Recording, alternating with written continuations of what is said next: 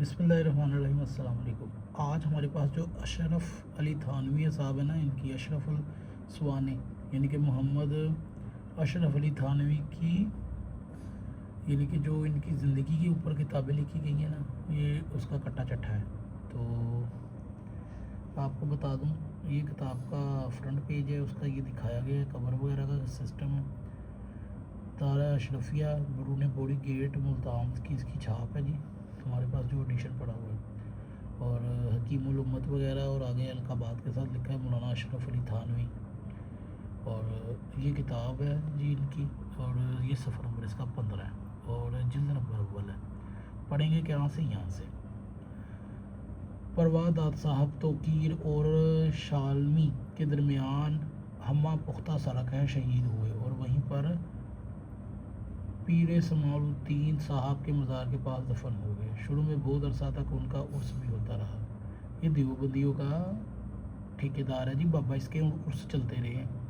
अंदर खाते से ये सारे वो उनको जिनको ये बिदती कहते हैं ना, वो जो बिदती टोला, वाकई बिदती टोला है, उनको बिदती टोला कहते हैं। खुद का अपना बाबा इनका ना बिदती उर्स करवा होते रहे इनके दरबारों में भी। किसी बारात में तशरीफ़ ले जा रहे थे कि डाकुओं ने आकर बारात पर हमला कर दिया। इनके वैसे यार इन लोगों की ना बाबों पर ना फिल्म बननी चाहिए। दूसरों पर तो ये बड़े ड्रामे करते हैं, मुहर्रम में ये होता है वो होता है। खुद की किताबें पढ़ो इनकी बेशर्मों। लोगों को कहते हो कि जी ये जाकर क्या दे कर जाते हैं, आपकी किताबें क्या दे रही हैं दीन के अंदर, ये इख्तिमाद कर रहे हो आप लोग। डाकुओं वगैरह ने दिलेराना तीर बरसाना शुरू कर दिए।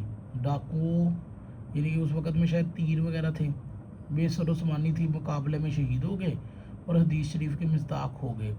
सुन लो जी। फिर आगे ये अरबी मुबारत के बाद लिखा है जी, शहादत के बाद एक अजीब वाक़या हुआ कि शब के वक़्त अपने घर में मिसल ज़िंदा तशरीफ़ लाई। ये जी मरा हुआ बाबा जी घर अपने ज़िंदा तशरीफ़ ले आया वो, और अपने घर वालों को मिठाई ला कर दी और फरमाया कि अगर तुम में से किसी को ज़ाहिर ना करो तो मैं इसी तरह रोज़ आया करेंगे। लेकिन उनके घर के लोगों को ये अंदेशा होगा, घर वाले जब बच्चों को मिठाई खिलाते देखेंगे तो मालूम नहीं कि क्या शुबा हो, इससे ज़ाहिर हुआ कि और फिर आप तशरीफ़ नहीं लाए। ये वाक़या ख़ानदान में मशहूर था, यानी कि ख़ानदानी वाक़या, ख़ानदानी प्रॉपर्टी झूठ है ये, यानी कि ख़ानदानी तौर पर ना ये नस्ली झूठ चला है इनके।